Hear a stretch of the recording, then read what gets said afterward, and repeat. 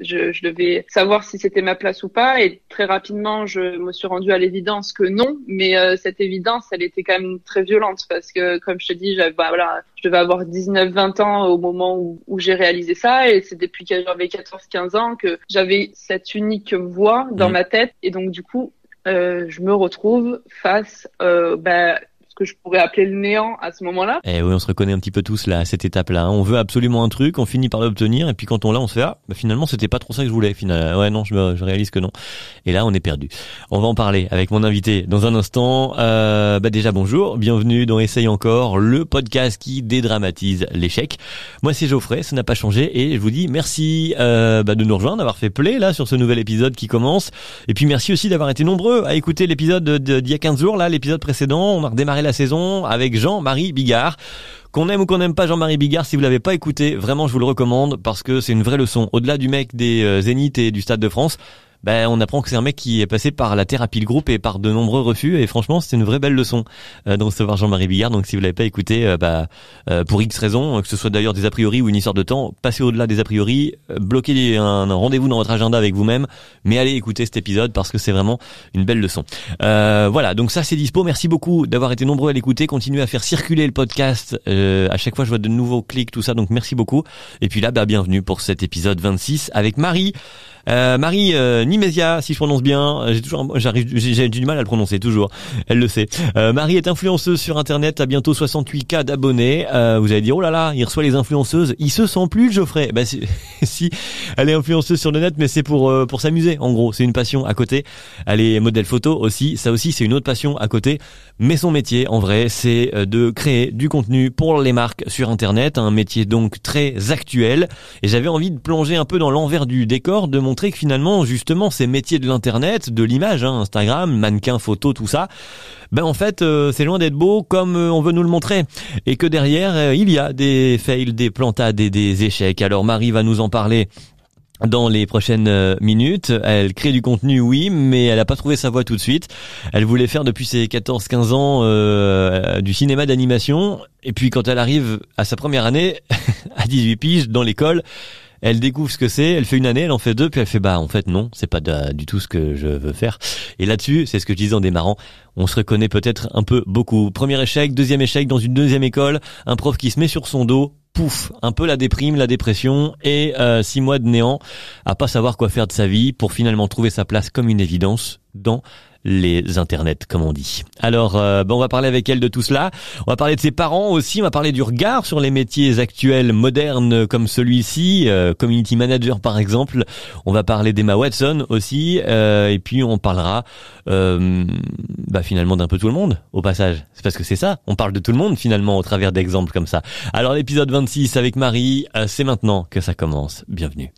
Bonjour Marie. Salut Geoffrey. Et bienvenue dans cet épisode qui va nous faire plonger un petit peu donc dans les méandres d'Instagram et autres, puisque quand même ça se compte en milliers de followers sur Instagram, toi. Oui, vite fait, ouais, on est là, même, oui, on est présent, on est présent. Un peu plus de 67 000, voilà, c'est ça. Ouais. Donc Instagrammeuse, mannequin, je le disais en présentant, et puis donc dans la com digitale, en gros, tu travailles depuis chez toi toute seule finalement. Si on résume, t'as pas vu passer le confinement, toi? Tout à fait, non, moi ça fait un bon moment au final, je travaille toute seule en slip chez moi derrière mon ordi, donc on est ah ouais, complètement, on est bien. C'est pratique. Alors ça l'est moins quand on est au boulot physiquement dans un open space, mais c'est vrai qu'à la maison c'est un bon plan. Qui es-tu? C'est la seule et unique question, tu le sais, t'as écouté quelques épisodes, du coup tu t'es même peut-être préparé à la question. Qui es-tu? C'est la seule question posée vraiment dans cet épisode. Je suis jamais préparée à dire qui suis-je, même moi je te le demande, qui sommes-nous? Non, mais alors, du coup, je m'appelle Marie, de mon vrai prénom, vrai pseudonyme tout à fait de la vraie vie. Et du coup, j'ai 27 ans, donc j'habite à Paris. Et ça fait 1 an que j'habite à Paris, parce qu'avant j'étais montpelliéraine du Sud depuis 8 ans. Mmh. Et je me suis exportée ici à la capitale. Et voilà, donc du coup, je travaille de chez moi, comme tu viens de le dire, sur les réseaux et de manière annexe sur Instagram, sur Twitter, etc. Enfin, sur Twitter. Sur Twitter, je travaille pas beaucoup. Hein. Tu postes beaucoup, mais tu travailles pas beaucoup. Exactement, non. C'est ça. Si on pouvait être payé à poster des trucs sur Twitter, ce serait pas mal. Ah là là, j'apprécierais. Ouais, Alors justement, on va y venir à ce travail de la com digitale, donc être présent sur les réseaux. C'est quand même, pour le coup, je trouvais que ça s'y prêtait dans le sens où on montre que du beau finalement sur les réseaux, et alors que derrière il doit y avoir monstre de plantade. Rien que bon, l'Instagram, en effet, la vie n'est pas aussi belle que sur Insta qu'on la montre.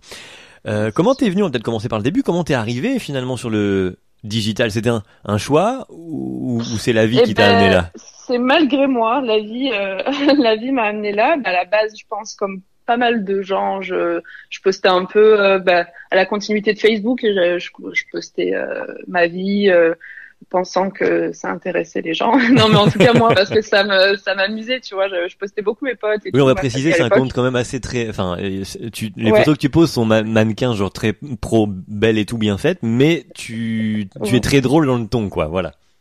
Ah on essaye d'être. On se prend pas la tête, on n'est pas au sérieux. C'est ça, on n'est pas là, ouais. Non, je fais les choses avec sérieux, mais je me prends pas trop au sérieux. Voilà.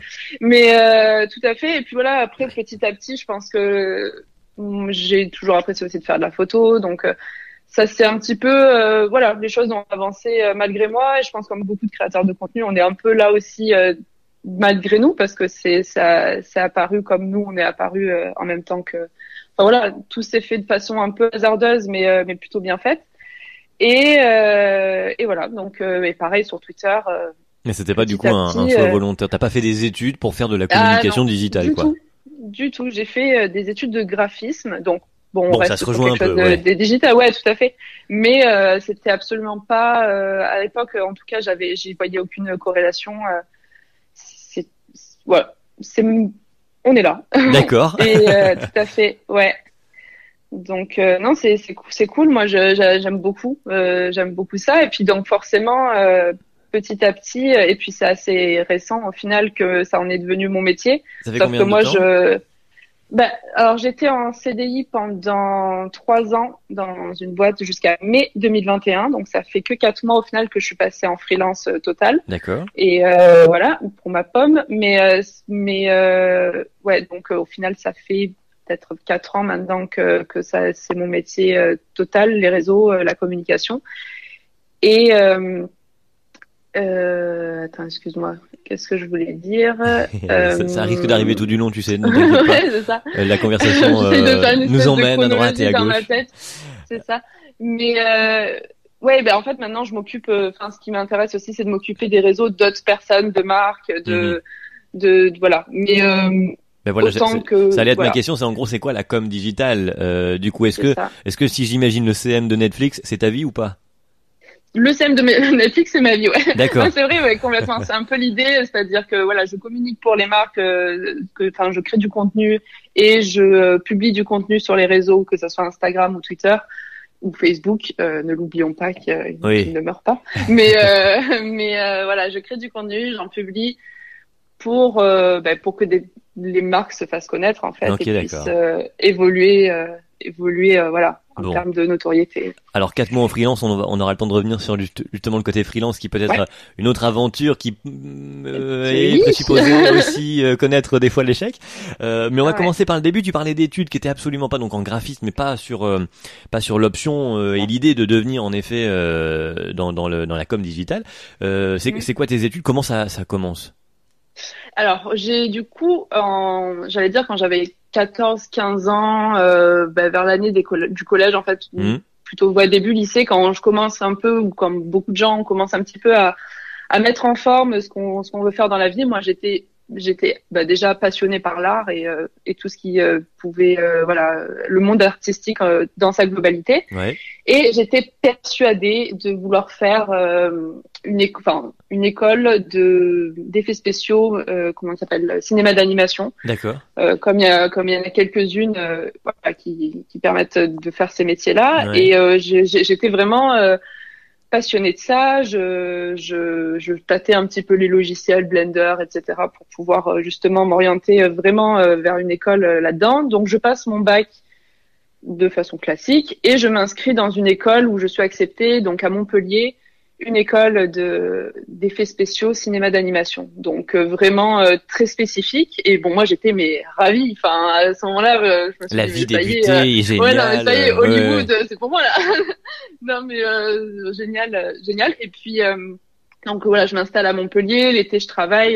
D'ailleurs ouais, je travaille cet été-là à l'usine. Donc ouais, rien à voir. Mais j'étais déterminée. Donc ouais, je travaillais en conditionnement.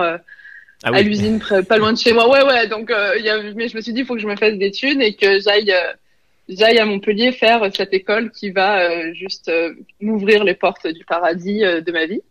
Et tout se passe très très bien. Je rentre dans cette école première année, donc à mes 18 ans. Et la première année, donc surtout dans ce genre d'école, c'est beaucoup de ce qu'on appelle ouais de la mise à niveau. Donc on touche pas beaucoup les ordis. Mhm. C'est plutôt voilà, on fait de la sculpture, on dessine beaucoup, que ça soit du dessin académique, du character Ouais, design, on passe donc par un peu voilà les tout ça. bases, quoi, finalement. C'est Ouais. ça, tout à fait. En fait, on revoit toutes les bases, photos, même culture G, enfin culture cinématographique. On voit beaucoup de films et tout. Donc en soi, oui, c'est super chouette et passionnant, mais ça détermine. Enfin, on rentre pas encore dans le vif du sujet de ce pourquoi moi j'étais là. Donc première année, cool. Et la seconde année arrive et là on rentre dans le vif du sujet. Et moi, comme je te disais, j'aimais beaucoup tout ce qui était artistique et donc j'étais là pour créer. Enfin, dans ma tête, je me suis dit, je suis là pour créer. Et j'ai trouvé ça hyper technique très rapidement parce que forcément, au final, c'est ce que c'est pour tout ce qui est Oui, oui. effets spéciaux, etc. Enfin, en tout cas, pour moi, il y avait plus côté créatif et je suis à la genèse des idées, etc. Mais plutôt, voilà, le côté, ben, au final, tu exécutes en fait C'est les ça, idées oui. des autres Des et de techniques manière, très et voilà, informatiques et c'est mathématiques ça, pour pouvoir obtenir le complètement. rendu voulu. Mais Ouais, ouais, complètement. ouais. Et voilà, il m'aura fallu 4-5 ans pour en arriver à d'un coup être confronté à cette évidence au final, mais qui jusque-là n'en était pas une. Et je me suis dit, bah, bon, ben, ok, merde, c'est pas trop cool, quoi. Enfin, c'est pas trop ce que j'attendais. Et Mm, puis, mm. en même temps, c'est des écoles aussi qui coûtent cher l'année, hein, Oui, faut école le dire. privée, hein, Donc ce toi, genre de choses. Hein. c'est Mm, ça, mm, mm. exactement. Donc t'as pas trop le temps non plus de te dire est-ce que je suis bien à ma place, à faire des méditations et philosopher 50 ans sur la chose, parce que si t'es pas là, enfin si c'est pas ta place, bon, en attendant, t'alignes quelques chèques à côté, donc faut réfléchir quand même assez vite. Ouais, ouais. On a nous Et je suis dans le Nord, moi, on a sur l'île une école ouais, qui ressemble un peu à ça. Il y en a ouais, une aussi à Valenciennes d'ailleurs. Je pense qu'on est dans les 7 000 € l'année, quelque chose comme ça. c'est ça, Ça, c'est exactement voilà, ça. on est dans les mêmes prix, ok. Mais donc Ça doit être effectivement, quand super. t'es là-dedans, tu te dis, je Ouais, m'en fous si je suis pas bien, je suis là. oui. Oui, c'est ça. C'est ça. J'ai un Donc, taf à faire. ouais, c'est ça. Donc, moi, il fallait me réfléchir vite parce que voilà, je devais savoir si c'était ma place ou pas. Et très rapidement, je me suis rendue à l'évidence que non. Mais cette évidence, elle était quand même très violente parce que, comme je te dis, bah, voilà, je devais avoir 19-20 ans au moment où j'ai réalisé ça. Et c'est depuis que j'avais 14-15 ans que j'avais cette unique voix dans Mm. ma tête. Et donc, du coup, je me retrouve face bah, ce que je pourrais appeler le néant à ce moment-là parce que j'ai aucune porte vraiment de sortie. Bah oui, Donc, je si me t'as ça depuis 14 déscolarise. ans, il y avait pas C'est d'autres ça. solutions, d'autres idées envisagées, Ah ouais, ouais. non. C'est ça. Moi, je Et me suis comment dit, je t'es suis venu à faite ça à pour ça, c'est 14 bon, ans? quoi. Qu'est-ce qui t'a, genre, tu bouffais du Euh, Disney à longueur de journée, par exemple, ou non? c'est fou, mais même pas, tu vois. Mais bah déjà, alors, le fait que, alors, j'avais une école qui doit peut-être être d'ailleurs celle, je sais, enfin, je sais plus comment, il y en a une qui est à Arles qui s'appelle Supinfocom, Oui, bah c'est, qui à l'époque était, ouais, voilà, c'est ça.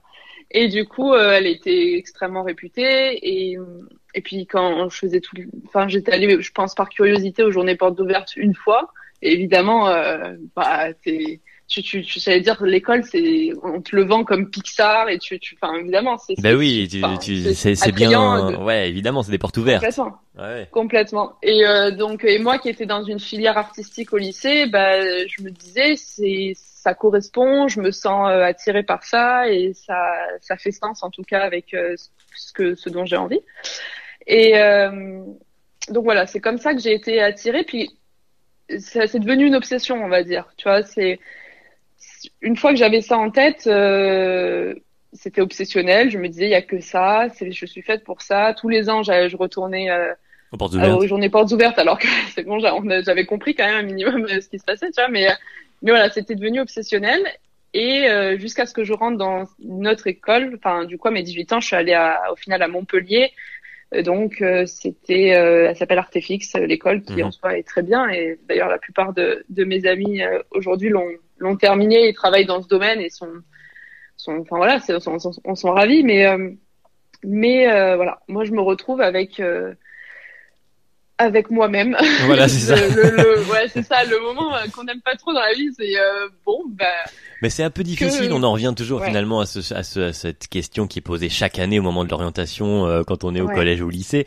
C'est difficile à ces âges-là, 15 piges de dire bon bah je vais faire ça de ma vie. C'est ça. Alors peut-être qu'on le présente mal, peut-être qu'en fait faut pas penser comme ça parce qu'au final ça n'existe plus quelqu'un qui dit je vais faire ça de ma vie et qui fait ça toute sa vie. Ou quasi plus. C'est sûr, quasi plus, je suis bien d'accord. Non, mais mais c'est vrai que de toute façon, je pense que j'avais quand même un fonctionnement aussi comme ça, c'est-à-dire que mes parents, par exemple, n'ont jamais été source de pression. Au contraire, ils m'ont toujours laissé être très libre sur ce que je veux faire et ils m'ont toujours dit fais ce que tu veux, mais fais-le bien, tu vois. Mais du coup, après, il y a une forme de culpabilité. Ah ouais, génial, j'ai fait ce que je voulais, mais finalement, c'est pas finalement ça ce que je voulais. Tu vois, ouais, alors ça aurait pu, mais pour le coup, à chaque fois, bah là, quand j'ai voulu justement arrêter cette école-là, ils m'ont pas du tout dit, enfin, c'est pas du tout eux qui m'ont fait sentir l'échec. À aucun moment, je me suis dit, putain merde, je les ai déçus ou quoi que ce soit. Non, eux, ce qu'ils recherchent, je parle même au présent, c'est ce que je sois épanouie, quelle qu'en soit la forme, tu vois. Et si ça passait par le fait de quitter cette école et d'aller vers une autre voie, bah ils étaient ok avec ça. Bon, ce qui est déjà chouette. Oui, niveau parents, c'est pas un échec. Ah ouais, non, non, c'est top. Franchement, c'est cool. Surtout que, j'allais dire, je suis fille unique, alors ça a ses avantages et ça peut avoir ses inconvénients parce qu'effectivement, on peut avoir une sorte d'exigence sur l'enfant unique, mais ça n'a pas été mon cas. En tout cas, à partir des études sup, ils ont été, voilà, plutôt chill avec l'idée que je fasse ce que j'aime. Voilà, c'est ça. Et en fait, c'était juste une question de confiance. Ils me faisaient confiance et ça, c'est quand même bien parce que sans parler de pression, ça te met quand même, j'allais dire, une envie de réussir, mais dans le bon sens. Oui. Tu te dis, j'ai envie quand même de faire bien les choses du coup parce que on compte sur moi. Mais voilà, je me retrouve face à moi-même à 20 ans en me disant, mais en fait, je suis faite pour quoi? Pour pas grand-chose. T'as cette sensation de te dire, mais en fait, j'aime pas grand-chose. J'ai l'impression dans la vie parce que j'étais tellement persuadée d'aimer ça, cette voie-là très précise dans le cinéma. Et au final, je me rends compte que si c'est pas ça, qu'est-ce que c'est d'autre en fait qui me plaît, tu vois. Et comment tu le vis ça à ce moment-là? Genre t'es renfermé dans ta chambre. Ouais, je pense que je me retrouve donc dans mon appart à Montpellier. Alors, ce qui est chouette, c'est que par contre, grâce à cette école, je me suis fait des amis, notamment la personne qui deviendra mon meilleur ami, et lui il est très présent à ce moment-là et je pense que c'est le soutien moral dont j'avais besoin parce qu'il était pareil très rassurant sur le fait que parce que eux ils étaient tous en fait tous mes potes que je me suis fait du coup dans cette école, au contraire ils fonçaient, tu vois, et moi je me suis dit j'essayais de me raccrocher, j'essayais de trouver quelqu'un qui aurait eu le même sentiment que moi pour me dire c'est pas moi qui suis bizarre, c'est vraiment la filière qui est pas bonne, tu vois. Enfin, j'essaie limite de me déresponsabiliser de mon échec en quelque sorte, enfin de ce que je pouvais considérer comme un échec à ce moment-là. Et lui m'a au contraire rassurée et m'a fait dire non, en fait si tu dois pas être là, c'est que tu dois peut-être être ailleurs. Enfin, il a en tout cas essayé d'apaiser les choses, d'atténuer qui pour moi là je me retrouvais vraiment dans un espèce de néant et ça qui a duré je pense 6 mois, donc c'est pas non plus énorme, tu vois. Non, mais c'est long quand même 6 mois dans cette situation. Ouais, c'est ça. En fait, je me suis arrêtée au milieu de l'année d'Artefix et du coup il me restait à peu près 6 mois, j'allais dire limite pour me décider pour rebondir. Et à ce moment-là, je me suis inscrite dans une autre école qui fait à peu près les mêmes filières, mais qui fait aussi du graphisme, donc ce qu'on appelait design graphique, donc une filière plus pour tout ce qui est graphisme, imprimerie, etc., création de logos et tout. Donc il y avait cette filière-là et je m'inscris donc l'année qui suit, en mise à niveau en art appliqué. Donc, ce qui revient un peu à l'année que j'avais fait précédemment, où on fait beaucoup de dessins, voilà, c'est ça. Et alors là, là par contre, je sentais que ça me plaisait, sauf que je me retrouve, je pense, dans un système ultra scolaire qui, à 20 ans, j'allais dire, me convient pas du tout parce que tu voulais le quitter voilà, à un moment donné, ces âges-là. C'est ça, et complètement, je veux quitter ces âges-là. Bref, une chose en entraînant une autre, je fais mon année, mais je me confronte à un professeur qui me décourage totalement, et c'est la première fois où je me retrouve face à un professeur qui a du ressentiment, je sens envers moi-même, enfin envers moi, c'est-à-dire je sens qu'il ne m'aime pas. Qui ne m'aime vraiment pas et qui du coup forcément le feeling ne passe pas, et surtout dans les matières artistiques, elle était prof d'art plastique, cette prof, je sens que enfin c'est compliqué quoi, parce que dans ces matières-là tout est un petit peu à l'âme, au sentiment, j'allais dire à l'émotion, tu vois, c'est quelque chose de très mais d'emblée il est fermé à tout ce que tu pourras proposer quoi. Complètement, et me le fait ressentir très fort, parce que vu que moi je suis dans cette période, dans la continuité de période de flou artistique dans ma vie, cette personne arrive et me dit clairement, je sais même plus quel mot utiliser, mais elle me dit tu n'es pas à ta place, t'avais qu'à réfléchir avant. Enfin bref, des mots qui étaient extrêmement, j'allais dire, de l'ordre voilà du ressenti personnel, et qui n'avaient pas sa place dans ce cadre-là scolaire, le contexte, quoi. Voilà, c'est ça, complètement. Et oui, puis c'est assez violent, quoi. Bon, t'as pas ta place là. Ouais, complètement. Et puis d'ailleurs, a fini l'année scolaire en me disant, il faudrait que tu penses à aller te faire soigner, parce que tu es beaucoup trop sensible et émotive, parce que forcément, j'étais dans cette période ultra sensible de ma vie, et je me retrouve donc du coup face à cette prof qui me dit et me fait ressentir que je n'ai pas du tout ma place au final dans le milieu artistique, aussi global soit-il. Donc super, donc ça redeuxième claque un peu complètement ultra, pour le coup ultra violente, parce que elle était ultra frontale. À la limite, la première fois je pouvais, c'était que moi-même face à moi-même. Là, c'était quelqu'un de l'extérieur qui venait au final, j'allais dire, m'évaluer. J'allais dire même évaluer mon existence, parce que on était presque à ce niveau-là. C'était cette personne m'aimait vraiment pas. Je pense que ce professeur m'aimait pas. Et puis, j'allais dire effectivement, ce statut de professeur rajoutait une forme de pouvoir, et puis moralement, du coup, c'était d'autant plus violent, parce que voilà, un prof qui vient te dire tu n'as pas ta place ici. C'est pas le voisin. Voilà, quoi. C'est ça, c'est pas le voisin, c'est pas toi-même, c'est voilà. Donc c'est-à-dire que ça te laisse même presque peu de doute, alors que évidemment cette personne n'était absolument pas légitime non plus de me dire ça, quoi, parce que. Et ça, tu le comprends sur l'instant ou pas Pas du tout. Mais alors là, je pense que vraiment j'étais au plus bas, parce que voilà, comme j'avais cumulé ce que je pouvais considérer comme des échecs, c'était juste voilà la cerise sur le gâteau. C'était donc au contraire, j'absorbe en fait, j'absorbe totalement ce qu'on me dit de négatif, et justement mon estime de moi et de ce que je pouvais produire à ce moment-là. C'était au plus bas. Et qu'est-ce que je voulais dire? Tac. Et puis surtout, encore une fois, c'est une école qui coûte cher. Donc c'est-à-dire que tu payes un peu pour te faire. Là encore, rebelote, même l'expérience. C'est ça, exactement. Donc, ça fait un peu cher l'expérience. Mais donc à ce moment-là, le néant. Et je me dis, mais encore une fois, je vais où? Qui suis-je? Qu'est-ce que je fais dans la vie? Et quelle est la pertinence de toutes mes envies? Mais tu es toujours entouré à ce moment-là. Il y a toujours donc ton meilleur ami là dont tu parlais, tes parents par exemple. Lui, il était justement à sa dernière année d'Artefix, donc c'est les années évidemment les plus les plus chronophages et les plus voilà en termes donc là donc moins présent il du coup. était évidemment voilà beaucoup moins présent, mais je veux dire c'était oui, de par le fait tout simplement de son activité. Oui. Et complètement. Puis après juste après ça en fait il est parti la plupart de mes amis en fait sont partis vivre ailleurs parce que je veux dire Montpellier ayant fini leurs études à Montpellier justement dans le domaine du cinéma d'animation, etc.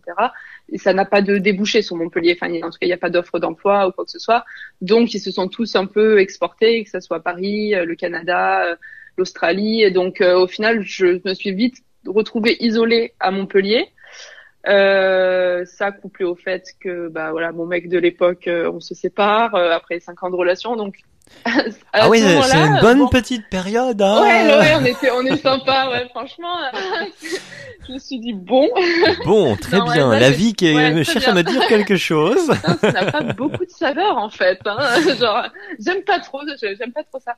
Et ouais, non, là, c'était un petit peu le trou noir pour le coup. C'était un peu le trou noir et j'avais l'impression que je pouvais pas non plus me plaindre parce que j'allais dire, pour moi, ça restait des soucis de privilégiés dans le sens où ça va, j'avais pas de soucis pour je travaillais l'été pour pouvoir gagner un peu d'argent, enfin je veux dire il y avait pas de problème vraiment majeur, c'était vraiment des problèmes existentiels sur le coup, c'est vraiment je vais où et est-ce que c'est pas finalement le problème de tout le monde ça? Totalement, c'est pas tant anodin de savoir ce qu'on va faire de sa vie. Ah ouais, complètement, mais c'est pour ça que c'était un petit peu j'avais quand même ce petit je m'en voulais un petit peu enfin c'est voilà plein de j'allais dire de sentiments assez désagréables en même temps, de se dire mais attends t'as pas le droit de te plaindre parce que quand même tout ça tout va bien, mais d'un autre côté rien ne va. Voilà, donc il y avait toute cette ambivalence d'émotions très très bizarres.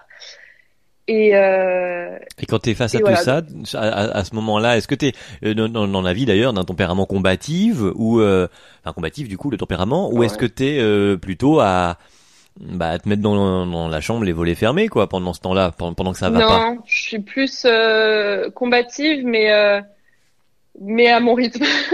Non, mais c'est-à-dire que je sombre rarement, je me laisse rarement sombrer, mais j'allais dire pour le coup, même en étant combative, je savais même plus par quel bout prendre. T'avais besoin d'un temps de digestion, on va dire, de toutes ces infos. Complètement.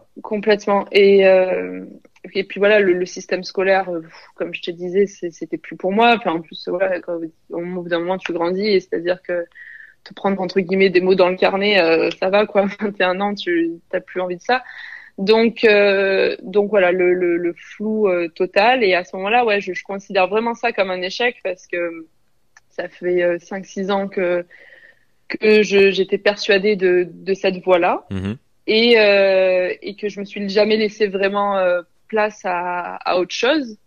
Et donc voilà, pour moi là, à ce moment-là, c'est signé, c'est j'ai raté quelque chose, je pense qu'à ce moment-là, je disais j'ai raté ma vie, tu vois. Mais oui, parce que ta vie était là à ce moment-là, voilà, c'est ça. C'est ça, complètement. Moi, ça s'arrêtait là. Je me disais bon, bah, au final, stop, quoi. Et heureusement, après, j'ai décidé d'arrêter les écoles, etc., et de trouver un stage de moi-même. Je me dis, je vais me trouver un stage, je vais me faire former par quelqu'un qui est dans le milieu plutôt que m'asseoir sur une chaise toute la journée à écouter quelqu'un. Et à partir de là, ça a commencé au final à se décanter. Moi, en parallèle, j'avais mon compte Instagram que je développais, que j'aimais bien, mais vraiment en mode loisir. Il y avait rien de, je pensais absolument pas à en faire quelque chose. Je trouve un stage. 6 mois après le stage, il y a justement l'entreprise qui va me prendre en CDI, qui m'appelle et qui me dit est-ce que on t'a vu sur Instagram, t'as l'air de bien gérer les réseaux, enfin en tout cas tes réseaux. Est-ce que ça te dit de faire notre com à nous et de faire la même chose en tant que community manager et quelques autres trucs comme ça pour nous, donc la marque Jacker sur Montpellier. Et évidemment j'accepte, donc je signe mon premier CDI.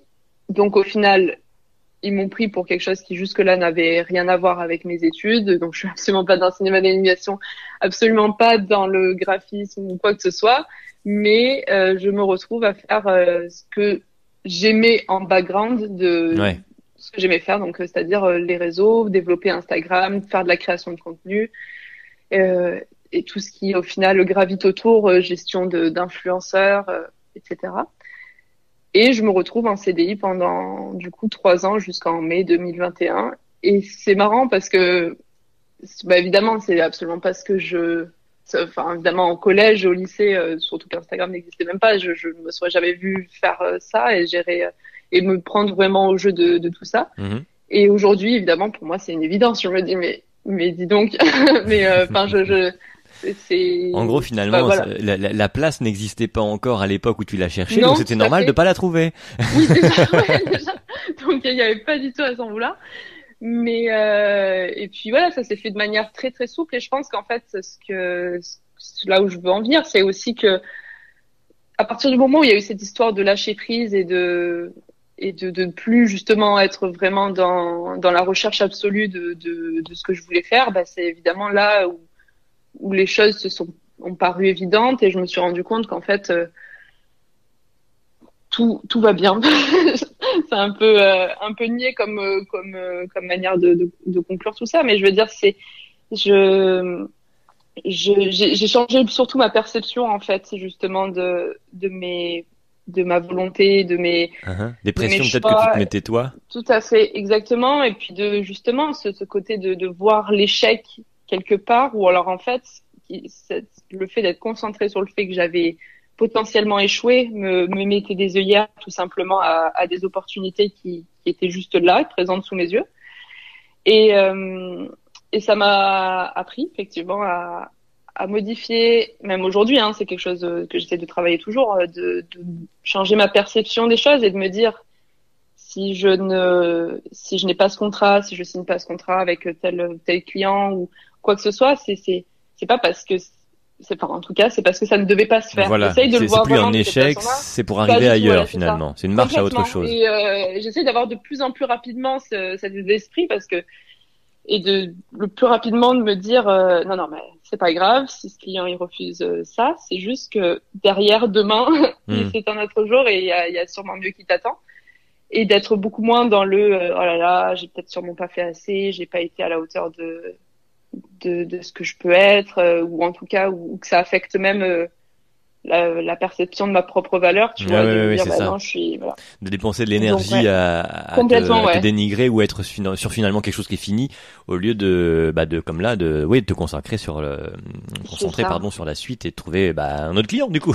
Ouais, c'est ça. Et de rebondir plus vite et d'être plus dans quelque chose d'optimiste et même si c'est, j'allais dire pour, je pense la plupart des gens, quand même toujours difficile aussi d'être dans cet état d'esprit en permanence dans la positivité et d'être, parce que je pense qu'il y a toujours plein de facteurs qui font que on peut pas non plus être en permanence Mhm. et puis je pense qu'il faut aussi justement avoir de l'indulgence envers soi-même et comprendre qu'on ne peut pas toujours être yes, top, génial, j'ai perdu un client, c'est vraiment une bonne nouvelle, ça veut dire qu'il y a quelque chose d'ailleurs qui m'attend, c'est top. Non, je pense qu'on peut pas Non, être tout ouais, le là temps dans cette c'est espèce un peu dur d'énergie. d'aller jusque là en effet, ouais. Ouais, c'est ça. Mais en tout cas, voilà, essayer de travailler un petit peu ce cheminement et ce truc-là. Et plus on le cultive, comme si on le cultive un peu tous les jours, et ben effectivement, ça rend la chose plus simple quand il y a Mhm. un événement pas très chouette qui nous arrive en pleine face. C'est plein de philosophie tout ça, dis donc. Tu fais de On la essaye. méditation, tu fais des choses un peu comme ça. Même pas, on essaye justement justement, en freelance, vu qu'on est soi-même, face à soi-même, si on attend, on peut pas attendre d'un patron qui nous rassure ou Là, tu dois le même faire de son toi-même entourage. finalement, ouais, c'est ça. C'est ça, parce que l'entourage, il comprend pas toujours, surtout dans les nouveaux métiers aujourd'hui, justement, les métiers digitaux et tout, se dire ma mère, elle comprend beaucoup de choses, mais je veux dire, on peut pas toujours être, voilà, il faut compter sur soi-même. Donc, faut prendre les armes et essayer de façonner sa perception pour pouvoir, voilà, mieux se confronter aux petits événements de la vie. Petits aléas, voilà. Ça, c'est par Ouais, c'est rapport à ça. toi. On parle beaucoup depuis tout à l'heure de ressentiment que tu avais, alors sauf la Ouais, prof, mais par rapport à ta perception de toi-même finalement dans tout ce ouais, monde numérique, on va dire digital. ouais, Le regard de l'extérieur, est-ce qu'il importe sur toi ou pas? Parce que c'est vrai que quand tu parles là de nouveaux métiers, il y en a beaucoup en effet ouais. qui ne comprennent pas ou qui vont dire ouais, tu t'amuses. Moi, par exemple, si je bien prends sûr. mon cas perso, je fais de la radio. Ouais, Il y a comme une ouais, espèce de, je sais pas pourquoi, de réflexe qui est de ne pas montrer que c'est un métier, ouais, mais de laisser planer l'image que ouais, que c'est fun, qu'on s'amuse tous les ouais. jours. Alors c'est vrai, mais pas que. Ouais, non, c'est sûr, Donc est-ce que là c'est un peu c'est pareil? sûr. Est-ce que le regard de l'extérieur de ouais c'est bon, elle s'amuse sur Instagram, c'est quelque chose qui vient te toucher ou tu dis bah juste ils ont pas compris quoi. Non, franchement, honnêtement, je m'en fiche. Alors déjà, je côtoie beaucoup de gens qui, j'allais dire, comprennent globalement. Alors, ce qui est marrant, c'est que mon meilleur ami, lui, je dirais pas qu'il comprend pas, mais il a beaucoup de, il est assez extérieur à ce monde-là et il a une perception pas du tout la même que la mienne vis-à-vis des réseaux. Mais ça me permet moi justement de pas trop être dans un truc de plonger totalement dans le côté ultra virtuel Ouais. d'Instagram et parfois un petit peu artificiel. Donc ça me permet de garder entre guillemets un pied sur terre parce que voilà, la plupart de mes potes quand même ont une petite distance vis-à-vis de tout ça. Mais vraiment de extérieur, c'est vrai que bon, il y a toujours ce truc-là quand tu te dis ah bah oui, je crée du contenu sur Instagram et que parfois ça me rapporte un peu des thunes et tout. Les gens, je vois qu'ils froncent un peu les sourcils en mode ouais, d'accord, on a compris, elle est influenceuse, le mot qui est un petit peu détesté par tout le monde, mais bon en même temps il est là. Euh, mais je m'en fiche, enfin en gros, ça fait partie du nombre incalculable de choses où on peut avoir voilà des a priori des préjugés me concernant et concernant ce que je Oui, fais ou même envers d'autres dont métiers finalement après, hein. ouais Ouais, ouais. complètement ouais non mais ça fait partie j'allais dire même de mon caractère comme par exemple justement sur Twitter j'aime bien être un peu le personnage de la nana un peu concon des fois un peu voilà, mais si les gens le prennent au premier degré, j'allais dire limite tant mieux, tu vois. Moi, c'est ça qui, j'allais dire, fait un petit peu ma présence sur les réseaux. Donc, qu'on ait un avis un peu pas fini me concernant, c'est pas grave. C'est pas grave puisque c'est basé Ouais, sur ouais. finalement Bah, la parce que part de je ton sais au travail, final, c'est un rôle. complètement, Voilà. complètement, ouais, complètement. Donc non, puis je pense que quand même la plupart des gens aujourd'hui, tout ce qui est nouveau métier ils vont s'y faire. Enfin, non, s'ils font pas encore, ils vont commencer, ils ont intérêt Va à s'y falloir faire. les Donc, gars, vous y ouais, mettre va là. falloir vraiment que vous On arrive bientôt en 2022 quoi. Bon. Ouais, c'est ça. Putain, avec tous les confinements, ils auraient pu, enfin, faut comprendre maintenant. C'est Non, vrai. non, ça, Alors non, ça justement c'est la ok. partie confinement, tiens parlons-en de cette période Ouais. où tu l'as vu passer ou pas dans le sens toi ça changeait pas ta manière de travailler, est-ce que ça a été Si, ouais. une deuxième phase un peu down ou pas? Ah ben c'était génial. Non mais c'est vrai. Non surtout D'ailleurs le vivement le premier. prochain hein. Ouais. Alors non pour le coup j'avais pas jusque là. Mais le premier était vraiment cool pour moi parce que je pense que comme beaucoup de gens j'avais tellement le nez dans le guidon par rapport à ma vie. J'étais en CDI, ça roulait mais tu sais enfin dans la vie ça roule des fois sans que tu sois vraiment moteur des choses et tu n'es plus vraiment à la tête de ton propre bateau. Et en fait, ça allait. Mais au moment où le confinement est arrivé, ça m'a permis de prendre énormément de recul sur ce que je faisais. Et je me suis rendu compte que bah, j'avais peut-être fait le tour aussi de là où j'étais. Donc j'étais en CDI, on est passé en télétravail à ce moment-là. Et quelques mois après, j'ai décidé, j'allais dire ouais, du jour au lendemain, je me dis bon, faut que je quitte Montpellier, je pars vivre sur Paris et je verrai bien ce qui se passe parce qu'honnêtement c'était enfin j'allais dire c'était un petit peu pas n'importe quoi mais en tout cas ouais c'était un peu audacieux de se dire surtout que j'ai même pas quitté mon travail à ce moment-là j'ai juste appelé mon patron et je lui ai dit ben là demain je pense que je pose mon préavis de mon appart et je pars vivre à Paris lui il était sur Montpellier et il me dit ouais enfin c'est c'est compliqué. Enfin, tu me dis ça, mais c'est ouais, et c'était un petit peu qui tout double, hein. C'est-à-dire que soit lui, il me disait, bah attends, moi, par contre, je te suis pas dans ton délire, donc Au je revoir. vais te virer, voilà, c'est ça, au revoir. Soit il me suit, et, ça a été ça a été compliqué effectivement s'il me suivait pas parce que pour payer un loyer à Paris C'est ça. sans un appareil, merci beaucoup, mais Je non. vends quelques organes, un Ah rein ouais, ou ouais, un foie. complètement. Ouais, non, mais heureusement, il m'a suivi 6 mois, ce qu'il fallait, tu vois, parce que évidemment après c'était compliqué autant pour lui que pour moi de pouvoir ajuster tout ça avec une distance de Paris-Montpellier. Mais voilà, en tout cas tout ça pour dire que le confinement m'a permis de faire mûrir des choses et de passer à l'épisode suivant aussi de ma vie. Donc j'ai beaucoup apprécié, mais je suis arrivée en octobre sur Paris. En novembre, on était confinés. Là, j'ai un peu moins rigolé quand même. Ouais, Genre, j'imagine. c'était rigolo au premier confinement, mais là, au bout d'un moment, la blague, on l'a compris. Tu vois. Donc, non, c'était beaucoup moins fun. Mais au moins, j'ai compris pourquoi je payais un loyer, tu vois, à Paris. Oui, Quand tu restes en un sens, oui, c'est 24 heures sûr. chez toi, tu te dis, bon, bah, c'est bon, je l'ai rentabilisé. Donc, bon. Je vais aménager Ouais, d'ailleurs mon ouais, intérieur c'est beaucoup ça, ouais. plus. On a que ça à faire, ouais. Non, Bon. non, c'est, Et ce donc, passage alors justement à Paris, de vie parisienne et donc au freelance finalement derrière, là aussi c'est ouais. une prise de risque. Potentiellement un Complètement, échec du coup.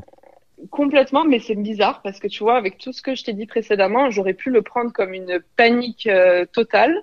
Et il s'est avéré que, déjà, je pense qu'encore une fois, à force de cultiver un peu une manière différente de voir les choses et d'accueillir les choses dans ma vie, quand mon patron m'a dit qu'on allait se séparer, et parce que c'est au final lui qui a amené la chose, mais qui était pour moi évident. Mhm. Et j'ai dit bah ok, il y a pas de souci. Alors que déjà, je pense que 2 ans après, il m'aurait dit ça. 2 ans avant, il m'aurait dit ça, j'aurais été complètement. Effondré. Enfin là, ça aurait été ouais, effondré, la panique totale et tout. Alors que là, je l'ai accueilli avec voilà beaucoup de calme. Et il s'est avéré que j'ai trouvé un client. Alors j'étais déjà en freelance vis-à-vis d'Instagram, donc c'est-à-dire que c'était pas non plus, j'étais en auto-entrepreneur, donc tout ça n'était pas totalement nouveau en termes de statut pour Mhm, moi. mhm. Je savais un petit peu comment ça fonctionnait. Et en fait, j'ai un client qui est venu à moi. Et en fait, pour tout te dire, j'ai fini mon CDI. Il y a eu un week-end et le lundi, j'ai commencé tout de suite avec mon client à voilà signer le contrat et à enchaîner tout de suite pour travailler avec lui. Donc Là, ça bon va la vie. timing. Ouais, bon timing. Et puis après, il suffisait juste de continuer à enclencher les choses, tu vois. Mais tranquillement, ça s'est fait de manière assez souple. Et là, j'essaye toujours, pareil, de me faire confiance et de voilà, d'être assez sereine vis-à-vis de mon travail et vis-à-vis de ce que je peux apporter. Mais après, comme tout et tout le monde, il y a des grands jours de doute et de remise en question. Mais je les affronte Plus sereinement plus que. facilement qu'avant, Ouais. ouais, c'est ça. Donc Bah, du coup, on globalement, remerciera quand même cette tranquille. prof très violente qui, ma foi, finalement a construit Ouais, un peu qui t'es aujourd'hui, quoi. franchement, honnêtement, je n'irais pas jusqu'à la remercier, tu vois, parce que je pense que je m'en serais passé, mais je le retiens comme quelque chose qui effectivement a eu du sens dans ce que je fais aujourd'hui, mais mais ça se travaille toujours et je pense qu'on n'est jamais on est toujours modelable et on n'est jamais totalement fini, sinon autant crever maintenant. Mais la Et belle bonne phrase de journée. fin d'année. C'est ça, j'espère que vous avez le moral. Mais non, mais voilà, c'est plutôt chouette de se dire qu'on peut toujours déjà s'améliorer, Hmm. se façonner et puis aussi il faut savoir apprécier ce qu'on est déjà et se dire bah c'est cool en fait. Tu fais les choses bien, tu n'es pas qu'un amas de poussière. Hein. Et dans cette idée-là, alors, est-ce que la place que tu as aujourd'hui, donc en soi, tu as déjà repassé une étape dans le sens où il y a eu Montpellier à Paris, puis finalement freelance, au lieu d'être en CDI. Est-ce que c'est des étapes et des pas vers finalement encore autre chose? Est-ce que tu as comme planifié derrière d'arriver finalement, alors peut-être pas au cinéma d'animation, mais à l'art en général, ou finalement ta place Euh, actuelle, c'est ta place et puis c'est tout? Bah, je dissocie beaucoup au final ce que je considère comme le loisir, donc Instagram. Et dans Instagram, enfin je dis Instagram, mais voilà, ça, ça reprend plein de choses qui me plaisent beaucoup, tu vois. Et moi, dans l'art, je mets la photo. J'adore faire de la D'accord. photo Hmm. autant en tant que modèle que j'aime prendre des photos, tu vois. Je j'apprécie et puis là par Instagram ça permet de faire des rencontres avec des gens, des artistes et de me renouer un petit peu avec ce monde-là. Et au final, c'était juste ce dont j'avais besoin. Je me rends compte que j'avais pas besoin d'être au final plus impliquée que ça dans la passion artistique au sens large. Donc j'ai quand même ça fait toujours partie de ma vie en fait. Ça fait toujours partie de ma vie, mais j'ai compris maintenant la hiérarchie de mes activités, comment j'aimais apprécier les choses et que je suis pas obligée de mettre au premier plan les choses que j'aime beaucoup, même des fois au contraire, faut peut-être aussi justement pouvoir les mesurer pour savoir doser pour pouvoir mieux les apprécier et c'est comme ça que je les apprécie du coup. Bah oui, ma foi. Voilà, en 2 ans. Ça a mis un peu de temps, mais on a pu aborder les choses plus sereinement. C'est ça. Eh ben écoute, ma foi, c'est pas mal du tout. C'est pas mal du tout ce que tu nous racontes. Petite question pour le côté le mot influenceuse en effet. Est-ce que tu le conseillerais à des parce que ça n'existait pas. Est-ce que tu aurais pensé à ça?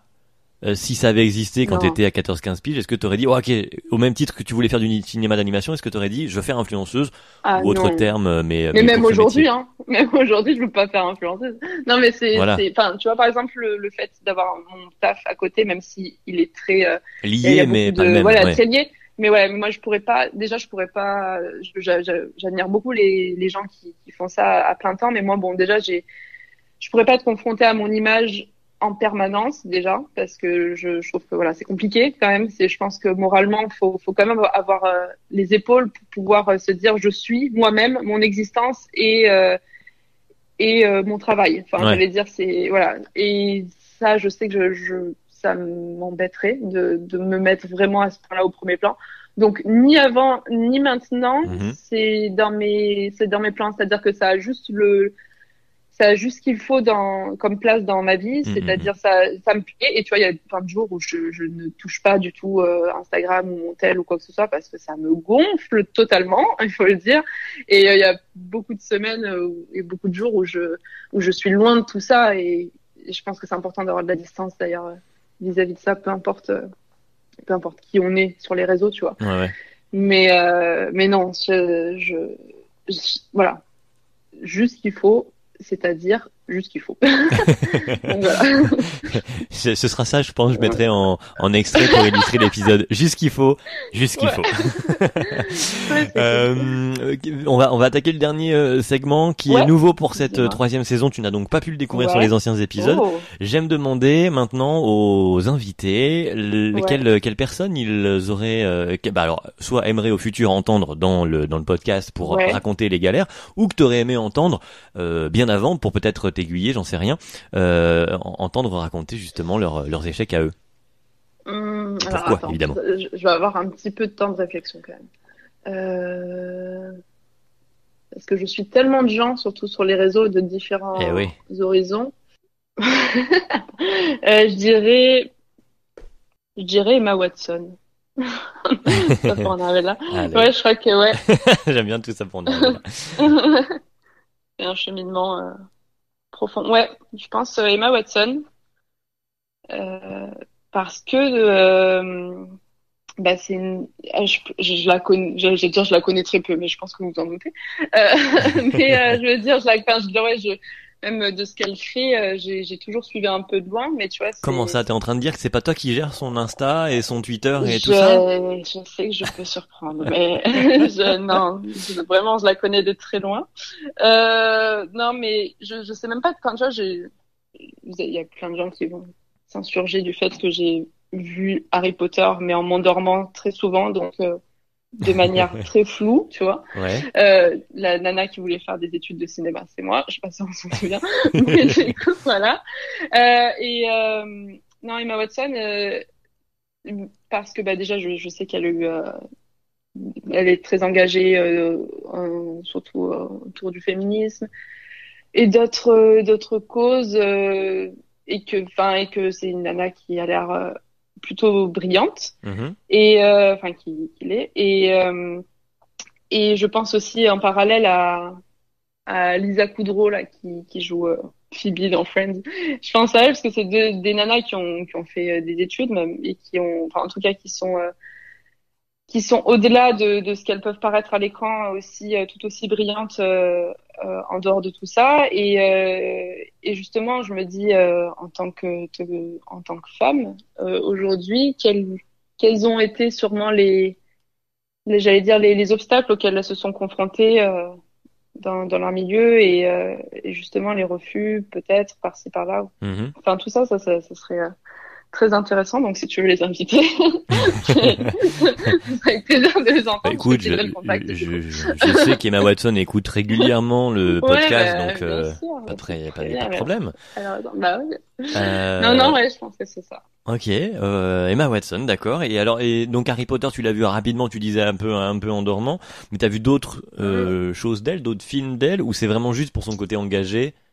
Bon, en tout cas, plus pour le côté engagé.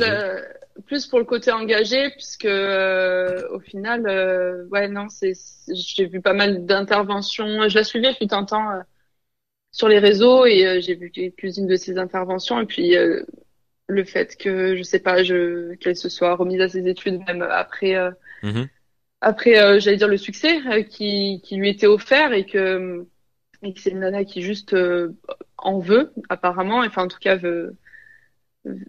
est déterminée dans ce qu'elle fait. Donc non, c'est plus sur cet aspect-là bon, tu vois, maintenant il y a plein de prénoms, pardon, de noms qui me viennent en tête. Bah vas-y en même temps, vas-y.